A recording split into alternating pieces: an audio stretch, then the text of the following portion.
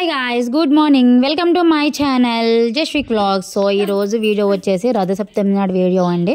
So first గుండా మనం బయట ఏదైనా పూజ చేసుకునే ముందు లోపల మన దేవుడు మందిరం దగ్గర అయితే పూజ అయితే చేసేసుకుంటాం కదా. సో ఆ రోజు ట్యూస్డే కాబట్టి అమ్మ నేను కూడా పూజ అయితే చేసేసుకున్నాము సూర్యభగవానుడికి.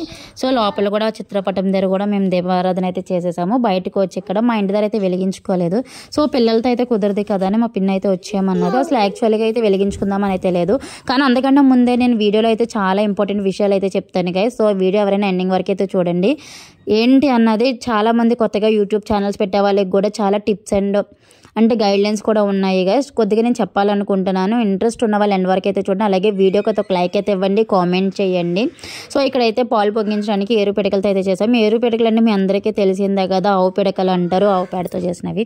సో అవి మనం అయితే చెయ్యము, డైరెక్ట్గా పేడ వేస్తుంది కదా, అవి అయితే తీసుకోవాలి. సో సూర్యభగవానుడి కిరణాలు పడినప్పుడు పాలు అయితే పొంగించుకోవాలి కదా. మా సైడ్ అయితే మేము మాఘంలో వచ్చిన ఫస్ట్ సప్తమికి రథసప్తమి కింద అయితే చేసుకుంటాం. ఇక్కడ చిక్కుడుగాయలతో అయితే రథాలు అయితే చేస్తున్నాం. ఒక చిన్నప్పుడు మేమైతే రథాలను అయితే ఆడుకునే వాళ్ళం అంటే తాడైతే కట్టేటప్పుడు. సో అదిగో రేగుపండు, చిక్కుడుకాయలు ఉంటాయి కదా ఎర్రదొంపలు. ఇక్కడ మా పిల్లలు అయితే ఆడుకుంటున్నారు.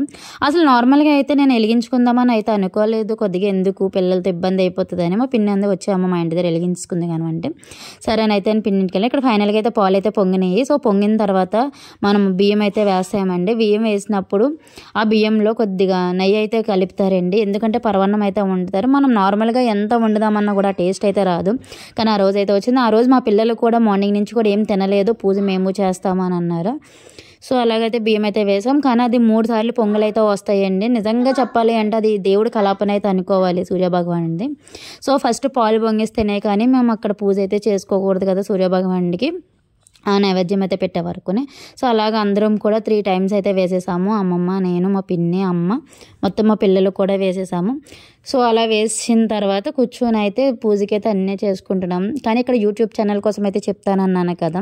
సో చాలామంది ఒకప్పుడు మనం ఏదైనా వీడియో పెట్టినప్పుడు యూట్యూబ్ ఏం చేసేదంటే రికమెండ్ చేసుకుంటూ వెళ్ళేది, వ్యూస్ అయితే వచ్చేవి.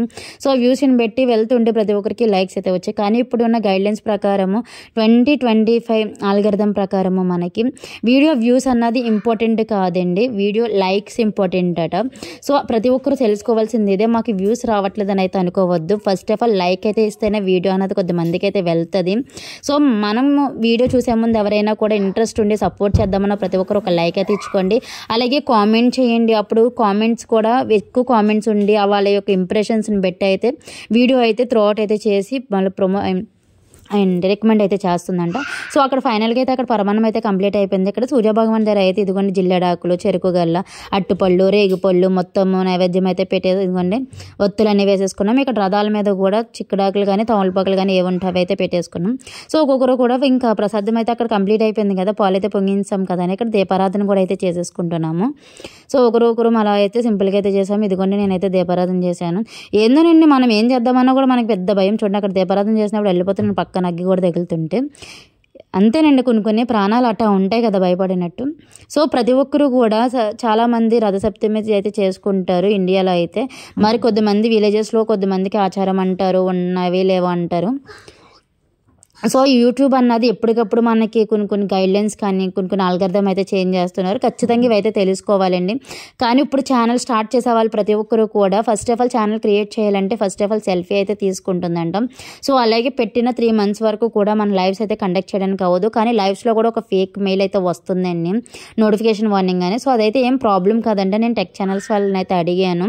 సో నాకు తెలిసిన ఇన్ఫర్మేషన్ అయితే మీ అందరికీ అయితే షేర్ చేస్తున్నాను. ఇక్కడ ఫైనల్గా చూసారు ఇంకా ఏంటది హారతి కూడా అయితే ఇచ్చేసుకున్నాము. తర్వాత సాంబ్రాణి కూడా అయితే వెలిగించాము. ఇక్కడ ఫైనల్గా ఇక్కడ ప్రసాదం అయితే పరవన్నం అయితే ఉడికిపోయింది కదా, అవి రథాల మీద పెట్టి అయితే రథాలను అయితే ఇచ్చుదామని అయితే మేము ప్రసాదం చూసారు కదా, ఒక్కొక్క రథం మీద ప్రసాదం అయితే పెట్టేసి ఫైనల్గా పూజ అయితే ఎక్కడితో కంప్లీట్ చేసుకుంటున్నాము. మొత్తము మీ అందరికీ తెలిసింది కదా సూర్యభగవానుడు 7 రథాలు అంటారు కదా, మొత్తం ఇక్కడ 7 రథాలు కూడా పెట్టాము తాడులు అయితే కట్టి. ఎందుకే ఇంతగా తాడులు పెట్టి పూజ అయితే చేసాము కానండి లాస్ట్కి అయితే ఆ తాడులను కూడా ఒకటి కూడా మెల్ల అయితే కట్టుకోలేదండి.